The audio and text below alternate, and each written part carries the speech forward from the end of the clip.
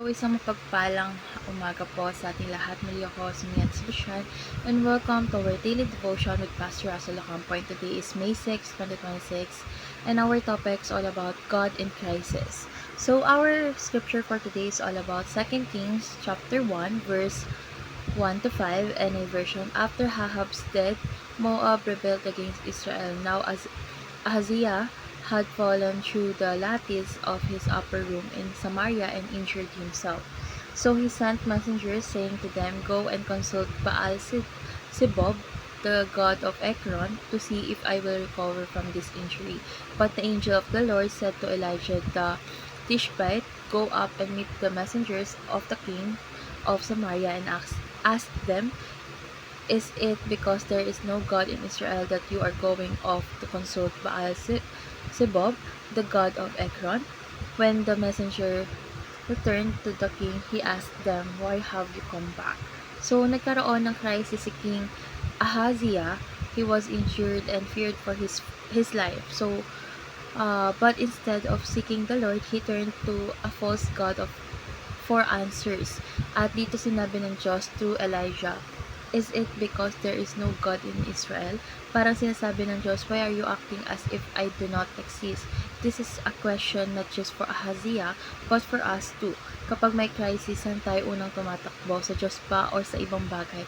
Crisis often reveals what or who we are truly trust. So, let's go on to our teaching. First is crisis has both internal and external dimension. So, hindi lang physical o external ang crisis. May spiritual at emotional side din to. A crisis tests not only our situation but our but also our faith and trust in God. Second, people are often torn between God and other alternatives.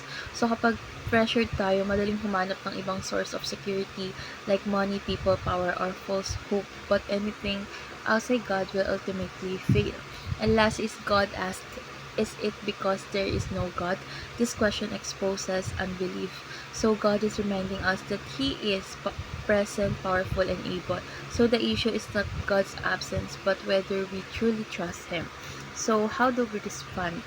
First is choose God, especially in times of crisis. So wag lang tayong lumapit sa Diyos kapag wala na tayong choice. Make Him your first response, not your last resort. Second is remember that alternatives to God are merely illusions. So anything that replaces God cannot truly save, satisfy, or sustain you. So only God is dependable. And lastly is make decision based on the truth that God is with us. So when you know God is present, fear loses its control. Let His presence shape your choices and responses. So let's go on to our last part, which is our discussion. And our discussion talks about how does the existence of the God of the Bible change the way we think and act. So it changes everything. So if God truly exists and is sovereign, then we are never alone, never hopeless, and never without purpose. So His existence gives meaning, direction, and accountability, and hope.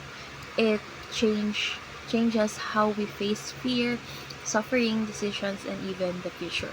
So let's pray. Lord God, help us to run to you first in every crisis. Forgive us for the times we trusted other things more than you.